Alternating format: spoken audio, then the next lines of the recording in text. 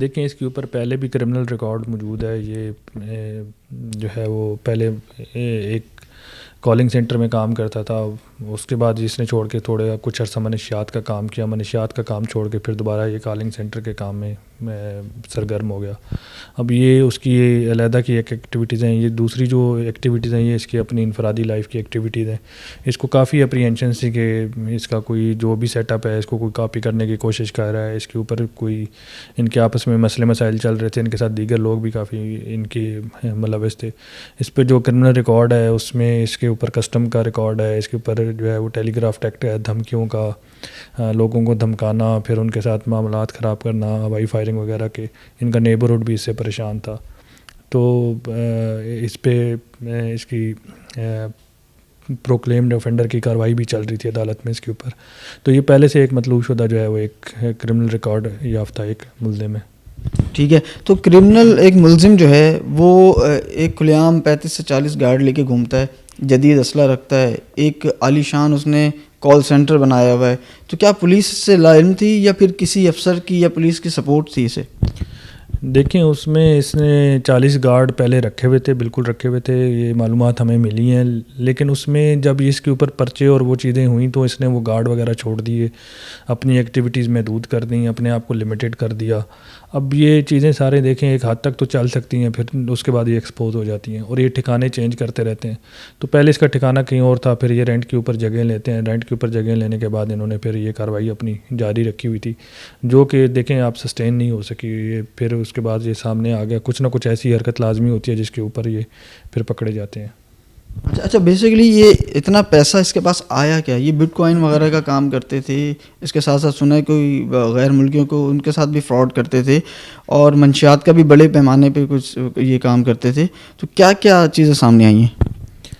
دیکھیں اس میں جو ان کا جو آن لائن کام کے حوالے سے جو چیزیں تھیں اور کام کے حوالے سے جو یہ کر رہے تھے, اس میں ہم نے ایف آئی اے کو لکھا ہے کہ وہ اس کی تحقیقات کریں گے کہ یہ کیا کرتے تھے. اور ہمارا اس میں کڈنیپنگ فار رینسم کے حوالے سے تھا تعلق, ہم نے اس میں کی ہے. اس میں جو منشیات کا ہے وہ آئی جی صاحب نے ایس آئی یو ایک ہمارا سی آئی اے کا یونٹ ہے اس کو دیا ہے کہ وہ تحقیقات کریں گے اس کے اوپر. اس کے علاوہ جو ہے وہ اسلحے کا ہم نے سی ٹی ڈی کو کہا ہے. جو ان کے آن لائن بزنس جتنے بھی اسکیمز وغیرہ ہیں وہ کیونکہ ایف آئی اے ڈیل کرتی ہے, تو وہ ہم ایف آئی اے کو نے لکھا ہے کہ ایف آئی اے کو انویسٹیگیشن کے لیے دیا جائے. تو ہمارا مین ہومیسائڈ اور کڈنیپنگ فار رینسم کے حد تک ہم نے اپنی تفتیش جو ہے وہ محدود رکھی ہوئی ہے. باقی تو وہ مزید جو متعلقہ ادارے ہیں جن کا یہ مینڈیٹ ہے وہی بتا سکتے ہیں کہ ان کا کس نیچر کا کام تھا. اچھا, قتل کے حوالے سے اب تک کیا کیا شواہد سامنے آئے اور ملزم نے اعتراف میں ابھی تک کیا کیا اپنا بیان دیا ہے؟ تھوڑا سا, کیونکہ سوشل میڈیا پہ بہت سی چیزیں چل رہی ہیں, تھوڑا سا ناظرین کو کلیئر کر دیں کہ اس وقت تک جو ہے کیا کیا برآمد ہوا ہے شواہد میں, اور ملزم اس وقت کیا کہہ رہا ہے, وہ اپنا اعتراف جرم کر رہا ہے. دیکھیں جو ملزم نے اعتراف کیا تھا اسی کے اعتراف کے اوپر ہی اس کا ساتھی ملزم شراز گرفتار ہوا ہے. اس کی شراز کی گرفتاری کے بعد ہی اس کی جو گاڑی تھی مغوی کی, مصطفیٰ عامر کی مبینہ طور پر جس کو اغوا کیا گیا تھا, تو ان کی گاڑی اور ڈیڈ باڈی وہاں سے ریکور ہوئی. اور اس کی جو خون کے نمونے تھے وہ گھر سے حاصل کیے گئے تھے جن کی سیمپلنگ اس کی پیٹرنٹی سے مصطفیٰ کی میچ ہو گئی. اب اس کے علاوہ جو ہے وہ اب ہم نے ڈی این اے کروایا ہے ڈیڈ باڈی کا, آج ہم نے سے 11 سیمپلز بھیجے ہیں.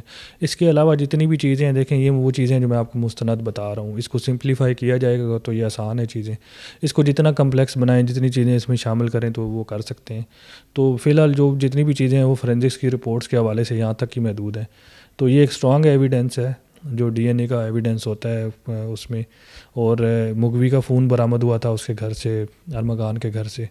تو یہ وہ چیز راڈ بھی بتا رہے ہیں کوئی تشدد والی راڈ. دیکھیں وہ آپ کہہ رہے ہیں, اب وہ تشدد والی راڈ یا چیزیں جتنی بھی ہیں وہ ہمارا پروسیس یہ ہے کہ ہم چیزیں جو ریکور کرتے ہیں وہ ملزمان سے جن کا پہچان کرواتے ہیں ان کا, جس میں دو بندے انوالو ہیں, تو ایک اگر چیز کوئی ریکور کرتے بھی ہیں تو دوسرے سے بھی ہم وہ کاؤنٹر کرواتے ہیں. تو وہ جو چیز حتمی ہوتی ہیں کیونکہ ایکیوز کا اس کو ہمیں کاؤنٹر کرنا پڑتا ہے, کنفرنٹ کرنا پڑتا ہے. مطلب جو راڈ برآمد ہوئی حتمی مطلب نہیں, مستند نہیں ہے راڈ نہیں, کچھ بھی چیزیں جو بھی برآمد ہوتی ہیں وہ ہم کنفرنٹ کراتے ہیں جو آلہ تشدد کا جو وہ کہہ رہے ہیں وہ اعلی تشدد ابھی جو ہے وہ اس کے لیے ہم ان کے گھر کے اوپر ہم نے کی تھی، لیکن اس میں سے کچھ چیزیں جو اسے متعلقہ انہوں نے کلیم کی تھی، جیسے پیٹرول کا گیلن ہے، کچھ اور چیزیں ہیں، تو وہ چیزیں جب تک ہمارے جو کو ایکیوزڈ ہیں ان کو ویریفائی نہیں کرتے جو اس کے اس حوالے سے، تو وہ ہم مستند طور پہ نہیں کہہ سکتے کہ یہ چیزیں استعمال ہوئی ہیں. مطلب کہ اعلی ضرب ابھی تک نہیں ملا؟ نہیں اعلی ضرب نہیں ملا. اعلی ضرب جب ملے گا تو ہم اس کو باقاعدہ تفتیش کا پارٹ بنائیں گے. ٹھیک ہے. اچھا یہ بتائیے گا کہ تھوڑا سا تفتیش میں پتہ بھی چلا ہوگا کہ مقتول جو ہے مصطفیٰ، ارمغان، شراز، یہ پرانے دوست تھے اور کسی لڑکی کا بھی نام آ رہا تھا، تو کیا اس کی بھی کوئی انوالومنٹ ہے یا اس میں کوئی لڑکی ملوث ہے؟ تو یہ معاملہ بنا کیوں؟ اتنی بے دردی سے قتل کیوں کیا اس نے؟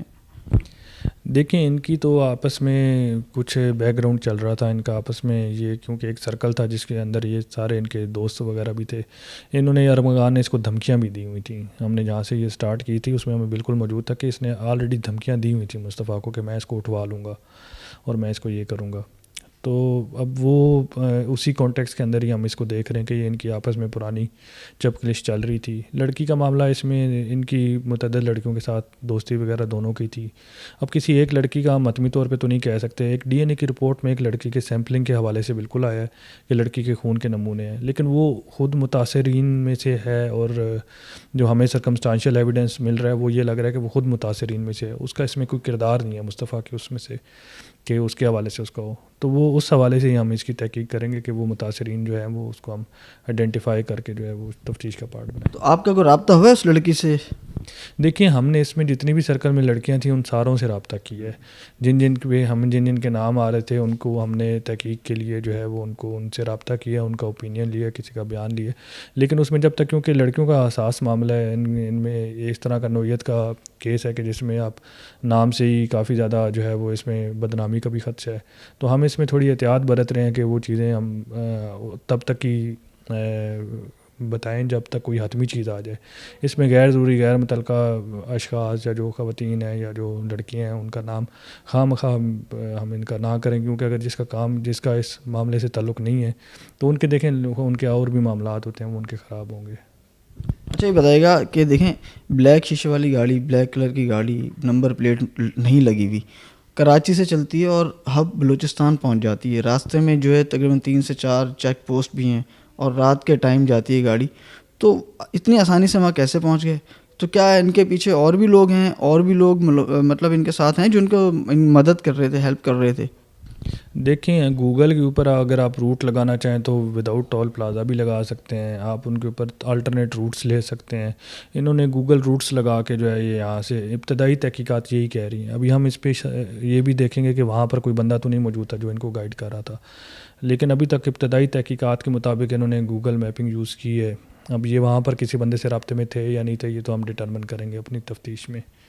تو یہ ایک ویل پلانڈ اسٹریٹجی کے تحت یہاں سے گئے ہیں. وہ روٹ انہوں نے لیا ہے جس روٹ پہ کیمرے کم ہوں.